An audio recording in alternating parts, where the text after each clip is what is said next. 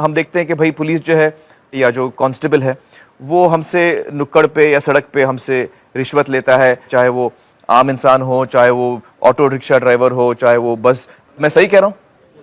हर आदमी की ये तो वो हम ये कह रहे हैं कि वो कम कमा रहा है, लेकिन वो भैया हमसे तो बहुत ज्यादा वसूल कर रहा है हमसे, तो फिर उसकी आमदनी तो अच्छी होनी चाहिए। ये आमदनी जो अगर उसी आदमी तक सीमित रहती हो तो मैं मानने को तैयार हूँ। ये आमदनी वो बेचारा सारी आमदनी कलेक्ट करके अपने घर ले जा पाता होगा, ऐसा मुझे पूरा विश्वास नहीं। इसमें साहब तो ये तो वो आमदनी का मतलब जो पैसा ऐंठता है वो कहाँ जाता है?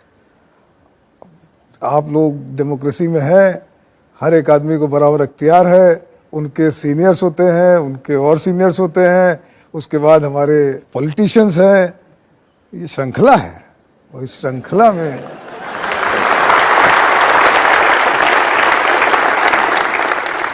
ये दुकानदारों से हफ्ते भी लेते हैं, तो आपका कहना है कि ये पैसा फिर कहीं और बांटा जाता है? हाँ देखिए, इसको मैं थोड़ा और स्ट्रक्चर्ड तरीके से आपको बताना चाहूँगा। जी जी। सामान्य नागरिक को समझने के लिए दो तरीके से इस तरह के भ्रष्टाचार को मैं मानता हूँ जी।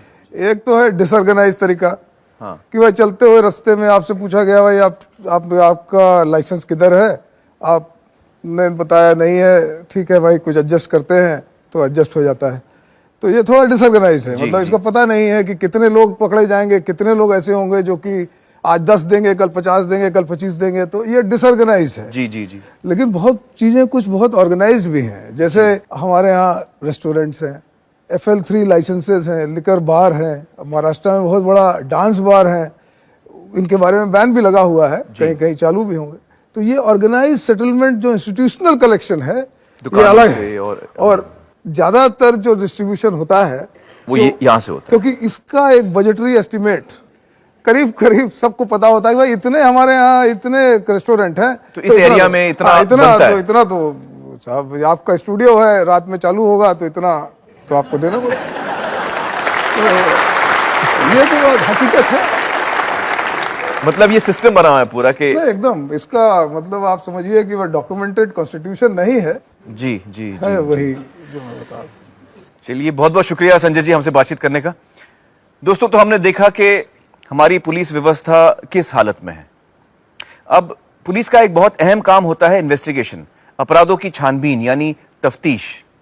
दुनिया भर में यह काम कैसे किया जाता है, आइए देखते हैं।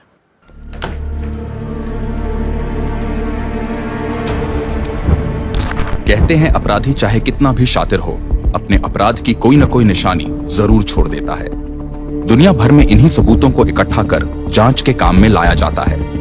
फोरेंसिक विशेषज्ञ इन्हीं छोटी छोटी गलतियों को पकड़कर अपराधी तक पहुंचने में पुलिस डिपार्टमेंट की मदद करते हैं। पुलिस के काम के इस पहलू यानी तहकीकात या इन्वेस्टिगेशन का काम करने के लिए दुनिया के ज्यादातर देशों में एक विशेष पुलिस विभाग होता है। इस डिपार्टमेंट में काम करने वाले पुलिस कर्मी खास प्रशिक्षण प्राप्त किए होते हैं और सिर्फ इसी काम में महारत हासिल करते हैं। उन्हें कानून व्यवस्था या बंदोबस्त यानी लॉ एंड ऑर्डर के कामों में नहीं लगाया जाता।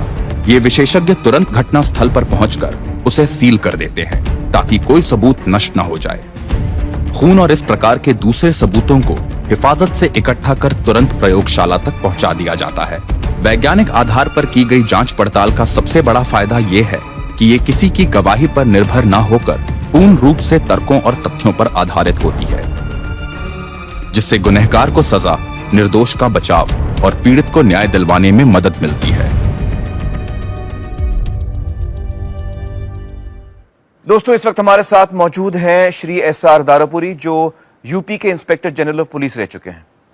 दारापुरी जी, हमने इस वीडियो में अभी देखा कि किस तरह विदेशों में तफ्तीश की जाती है। हमारे देश में भी क्या फोरेंसिक्स का इस्तेमाल किया जाता है, इन आधुनिक तरीकों का इस्तेमाल किया जाता है?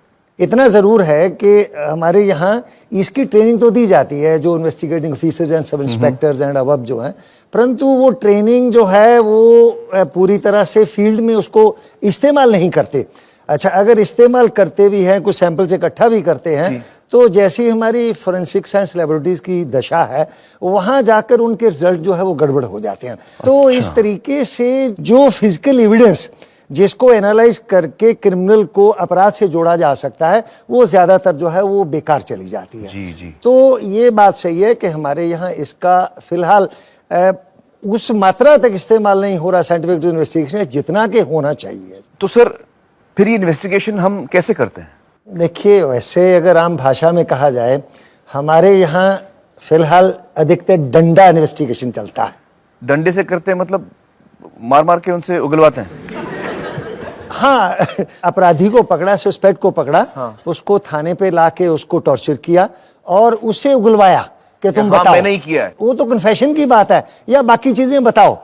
और आप जानते हैं कि पुलिस का डंडा झेलना हर एक के बस की बात नहीं है। बिल्कुल नहीं है। जब तक कि वो हार्डेड क्रिमिनल नहीं है, तो बहुत सारे ऐसे सस्पेक्ट्स लोग होते हैं जो कि बेचारे झूठ बोल देते हैं। वो कह देते हैं कि हाँ मैंने किया, जबकि उन्होंने नहीं किया है। हाँ, जबकि बहुत से मामलों में उन्होंने नहीं किया होता, फिर भी वो डंडे के डर के मारे कबूल कर लेते हैं।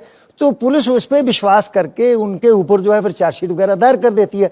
जबकि कानूनी स्थिति ये है कि पुलिस के सामने अगर कोई कन्फेशन करता है, वो कोर्ट में एडमिसिबल नहीं है, उसको नहीं माना जाएगा।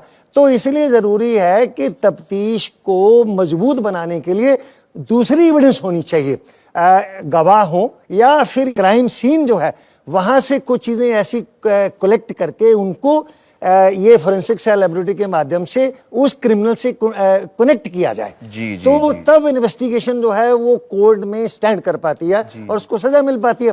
वरना जो आसान तरीका है कि कन्फेशन आधारित जो है आपने उस पर चार्जशीट लगा दी और कोर्ट में वो एडमिसिबल नहीं है, और वहां पर जाके वो केस छूट जाते हैं। कोर्ट में जाके बोलेगा मुझे मार मार के ये सब हाँ, मार के ज्यादातर यही कहते हैं किया कि मैंने तो नहीं किया, वो तो डंडे के डर के मारे मैंने कह दिया ये वाला जो। मेरे हिसाब से ये गैर कानूनी है, नहीं, किसी को मार बिल्कुल के गलत है। टॉर्चर जो है गलत है। बिल्कुल टॉर्चर जो है ये बिल्कुल गलत है।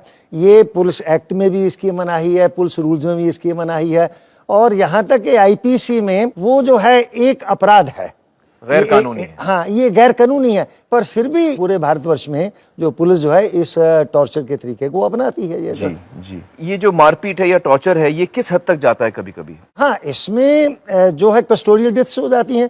पुलिस में थाने स्तर पे जो है बहुत ज्यादा मारा, जहाँ बॉडी के ऐसी जगह पर मारा जिससे उसकी वो डेथ हो जाती है। कई बार तो गवाहों को लाके भी इस प्रकार से टॉर्चर कर दिया जाता है और गवाह भी जो है बेचारे इस मार के कारण जो है वो मर जाते हैं। तो हमारे देश में जो डेथ इन पुलिस कस्टडी है वो बहुत अलार्मिंग है जी, और इस सब को लेके हमारे देश की दुनिया भर में बहुत बदनामी होती है। जी जी जी जी। बहुत बहुत शुक्रिया दारुपुरी जी हमसे बातचीत करने का। Thank you so much.